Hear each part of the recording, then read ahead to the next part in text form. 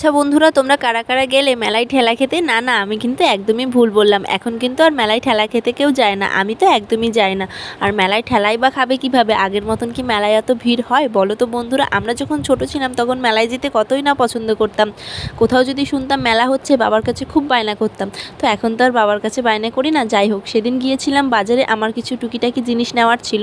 আর গুন্ডারও সময় হয়ে ওঠে না, সেই কারণেই গেছিলাম আমার কিছু সানস্ক্রিন, মুখে মাখার এগুলোই আনতে।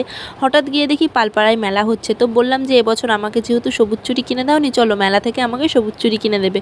তো গুন্ডাও সেই মতন ভেতরে আমাকে নিয়ে গেল মেলায়। তো ওখানে গিয়ে আমি এই চুড়িগুলো দেখছিলাম, আমার বেশ ভালোই লাগছিল, কিন্তু আমার হাতের সাইজের ছিল না। তাই ভাবলাম যে চলো অন্য দোকানে যাওয়া যাক। আর এখানে অন্য দোকানে আমি ভাবলাম যে সবুজ চুড়ি আর পরবো কি, তাহলে আমি না লাল রঙের চুড়ি নিই। আমার লাল রঙের চুড়ি ভীষণ ভালো লাগে, আমার ছিলও জানো তো, কিন্তু কাচের চুড়ি তো ভেঙে গেছে, অনেক দিন হয়ে গেছে, নেওয়াও হয় না। তো সেই মতোই ওই যে লাল চুড়িগুলো দেখছিলাম। তো তারপরে ভাবলাম কি যে দুটো ক্লেচারও নেওয়া যাক। আমার যেহেতু অনেকটাই বড় চুল, তো সেই কারণে ছোট ছোট ক্লিপ না আমার মাথায় একদমই আটে না। তো আমি গুন্ডাকে জিজ্ঞেস করছিলাম যে কোনটা ছেড়ে কোনটা নেব। তো গুন্ডা আমাকে বললো যে দুটোই নিয়ে নিতে। আমার জানো তো এই একদিকে খুব ভালো, আমি গুন্ডাকে কোনো কিছু দেখালেও আমাকে অনেকগুলো একসাথে জিনিস কিনে দেয়।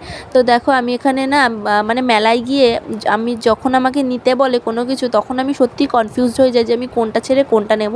বাড়ি এসে তারপরে ভাবি এটা নিলে ভালো হতো, ওটা নিলে ভালো হতো, এটা আমার দরকার ছিল, এটা নিতে হতো। আমার মতন এরকম তোমাদের কাদের কাদের সাথে এরকম ঘটে আমাকে কমেন্টে জানিও তো। তারপরে আর কি মেলায় গেলাম, গিয়ে আমি ফুচকা খাবো না এটা কি হতে পারে? গুন্ডাকেও বললাম ফুচকা খেতে, কিন্তু ও একটা পুদিনার মকটেল নিয়েছিল, তাই আর ও ফুচকা খায়নি। আমি যদিও ওকে বারবার সাজিলাম, কিন্তু ও সত্যি একটাও নেয়নি। আসার সময় মায়ের জন্য একটু ঘুগনি নিয়ে দুজন বাড়ি ফিরবো, এরই মধ্যে ঝমঝমিয়ে বৃষ্টি। তারপরে আর কি।